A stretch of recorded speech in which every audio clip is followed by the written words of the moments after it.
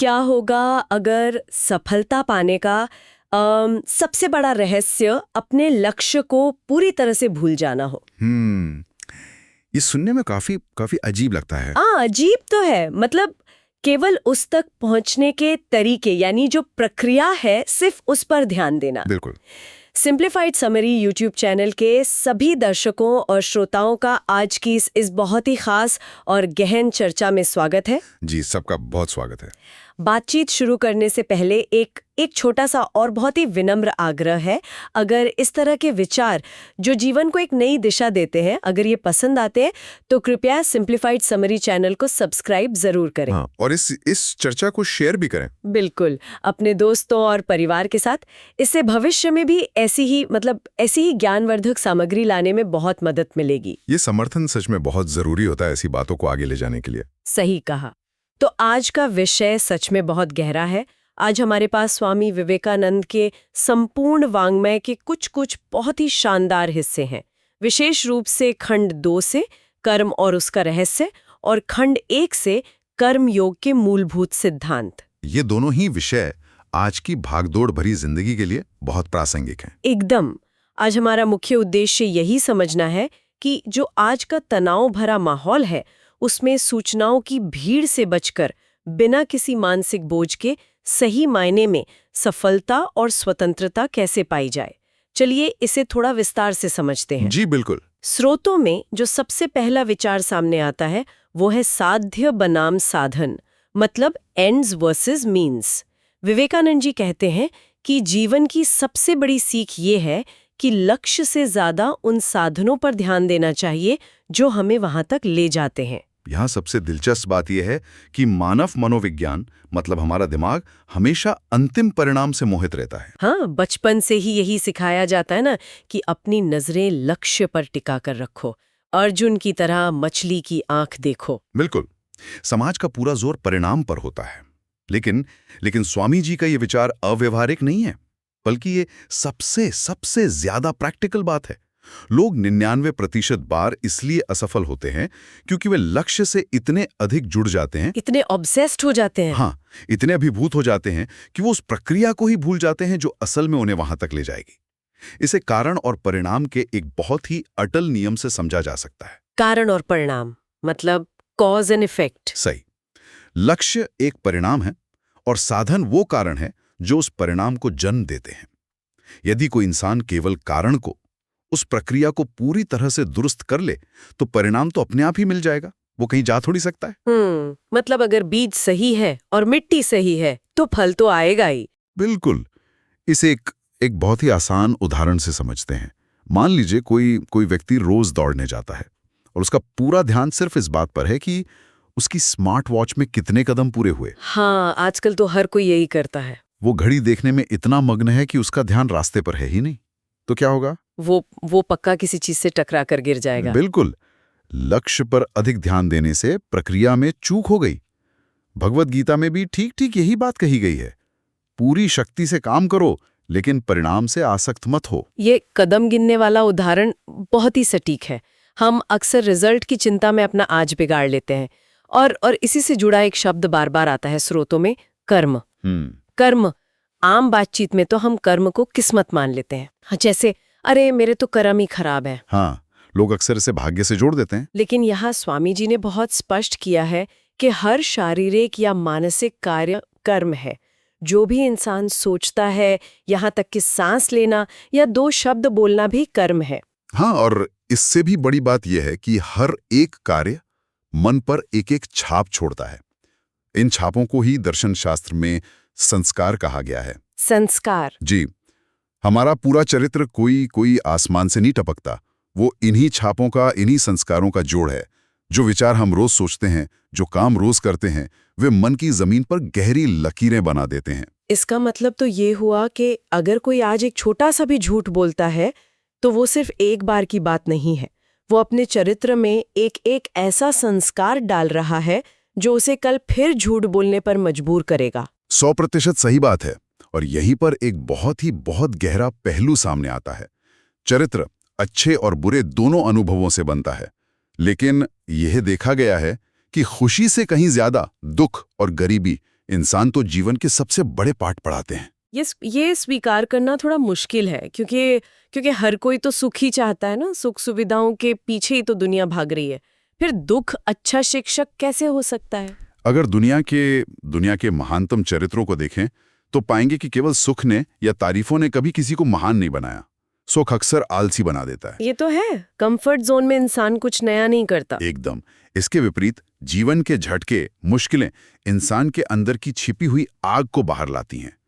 दुख सोचने पे मजबूर करता है, वो उस राख को हटाता है जिसकी नीचे ज्ञान और शक्ति की आग दबी हुई है। ये उन लोगों के लिए जो अपनी असफलताओं से या गरीबी से निराश हैं, बहुत ही हिम्मत देने वाला विचार है।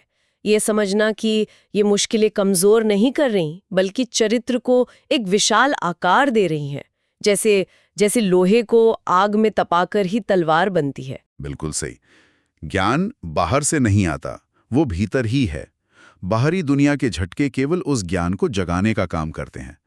जब बड़ा झटका लगता है तभी इंसान अपनी असली ताकत को पहचानता है। यहाँ विषय सच में बहुत रोचक हो जाता है, क्योंकि जब हम कहते हैं कि पूरी लगन से काम करना है लेकिन परिणाम की परवाह नहीं करनी, मतलब अनासक्त रहना है, तो एक स्वाभाविक सा सवाल उठता है। हाँ, और वो सवाल क्या है? क्या इस तरह की सोच समाज को आलसी नहीं बना देगी? अगर किसी को परवाह ही नहीं कि नतीजे क्या होंगे, तो वो मेहनत ही क्यों करेगा? सुबह उठकर काम पर क्यों जाएगा कोई? ये एक बहुत ही आम और बड़ी गलतफहमी है।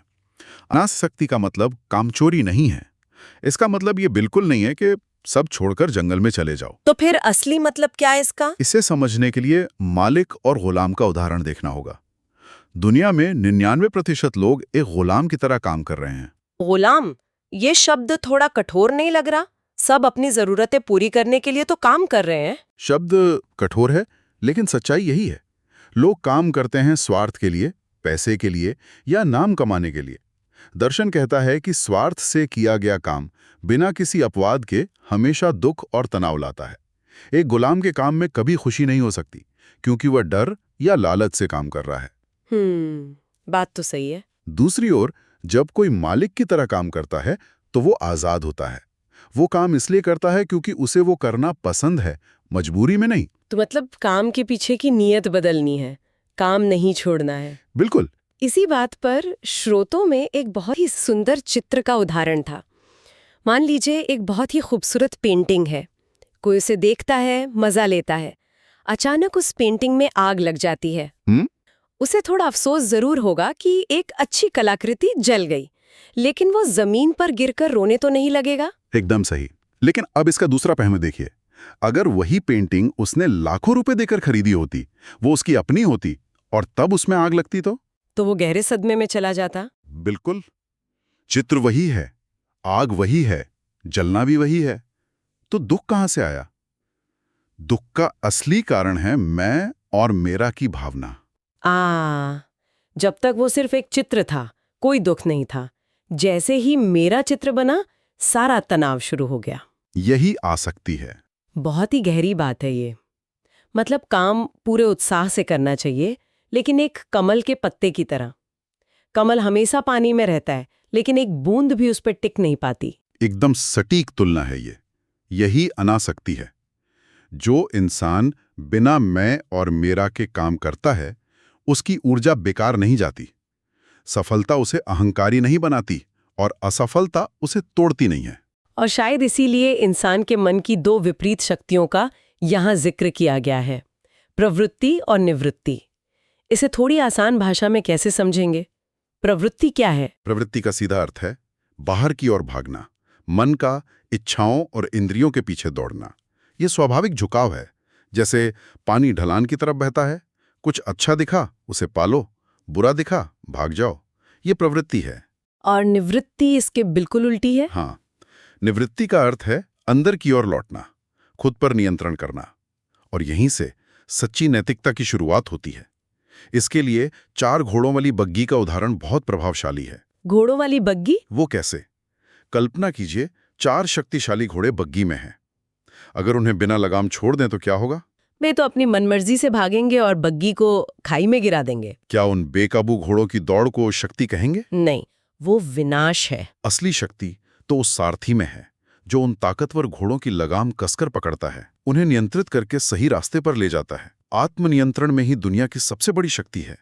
यानी निवृत्ति का मतलब घोड़ों को मारना नहीं है, बल्कि लगाम अपने हाथ में लेना है। बिल्कुल। ये आत्मनियंत्रण वाली बात आज के दौर में बहुत सोचने वाली है।